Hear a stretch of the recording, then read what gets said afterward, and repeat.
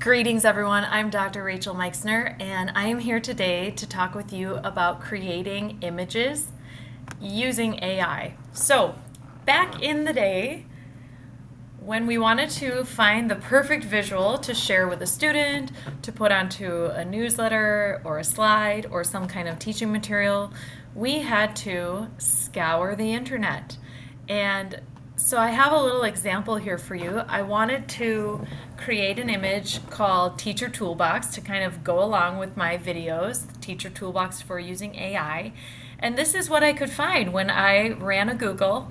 This was free, it didn't have a watermark on it, but as you can see, it lacks a little bit of pizzazz. It's not too interesting, and it took me a long time to find the perfect image that I could copy and paste for free. So, no longer do we need to go on that journey when we want to create visuals. Now we can use AI to generate the image that we want and tailor it to our needs. So first I went on to Canva and I typed in create an image of a teacher toolbox or an image of a toolbox that says teacher tools, and this is what it produced, which I love. It is much more aesthetically pleasing and looks much more professional. However, it looks a little too rough for me. It looks a little secondary. So you can talk back to the chatbot, and I said, please regenerate and make this look more elementary, and this is what I got. Absolutely love it. Teacher tools.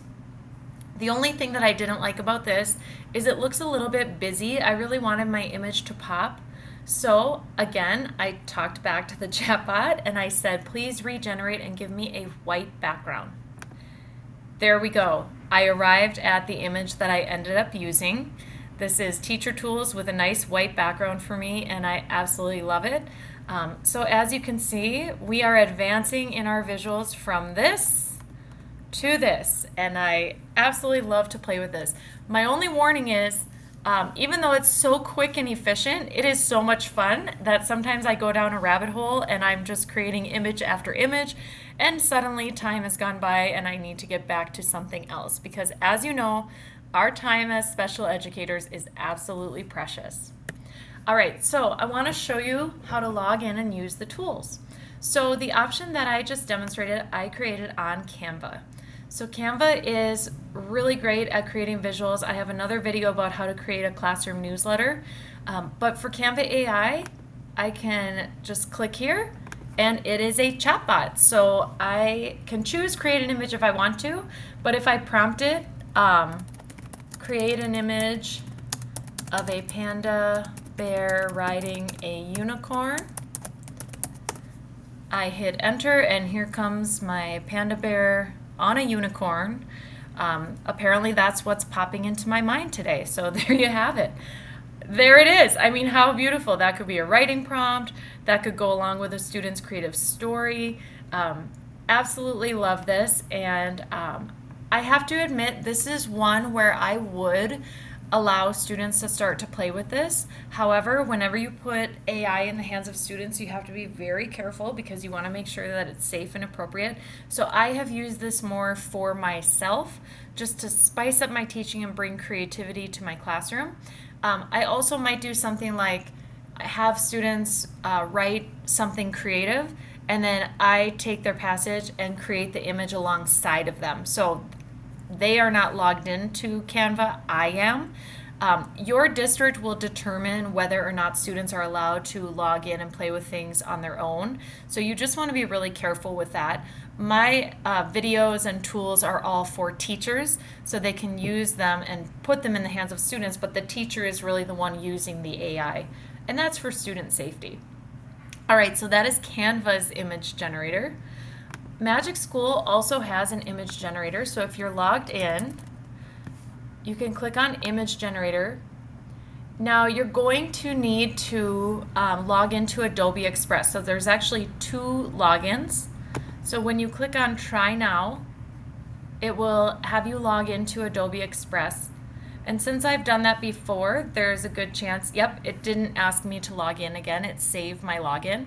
But the first time you log in, you'll need to follow a few prompts, okay? So what I can do here is it has a little bit more guidance, so I can check, do I want it to look a certain way? I can check what kind of filter I want.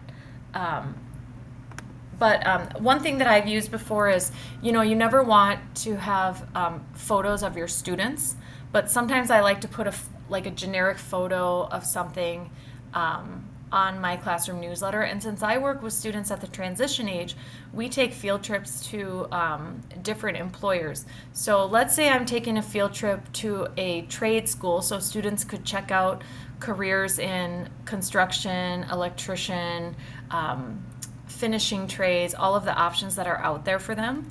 I could say create an image of 4 students with diverse races wearing hard hats at a construction site. Now, my one mistake is I need to say 4 high school students, because when it hears students, it might give me little kids. When it hits generate, it will give me different images to choose from of the students who are diverse and reflective of the students I work with, wearing their hard hats at the construction site, and I can use that to help advertise my field trip. There we go.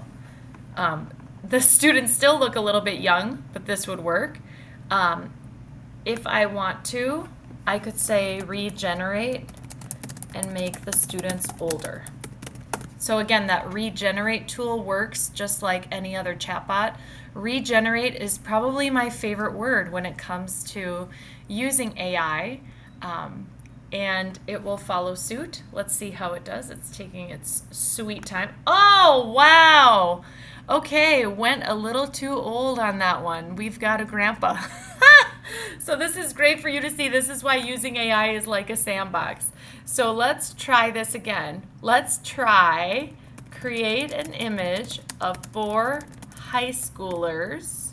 How about of 4 people who are 17 years old wearing hard hats at a construction site. Let's try using their age, and I want them to be diverse. Let's see if we got there. 17 years old is about as specific as I can get. That was hilarious, and that's why I love playing with AI. It's always a learning journey, and oh, there we go. That's absolutely perfect. I mean, this literally looks like it could be some of my students. I kind of like this one because it's a little more cartoon, but what I can do then is I can click on this. When I click Save to Magic School, it will go into my library. I can name it. I'll call it Construction Students. And it will be a part of my output history. So when I click on output history, there are my construction students, and it will open the image. I can copy the image, paste it into my advertising, and I'm all set. So absolutely fun to play with. You saw how sometimes you have to regenerate and tweak things a little bit, but you have the power in your hands. You're not at the mercy of searching the internet. You don't have to worry about licensing and whether things are copyrighted, because these are original images created by either Canva or Magic School. Enjoy.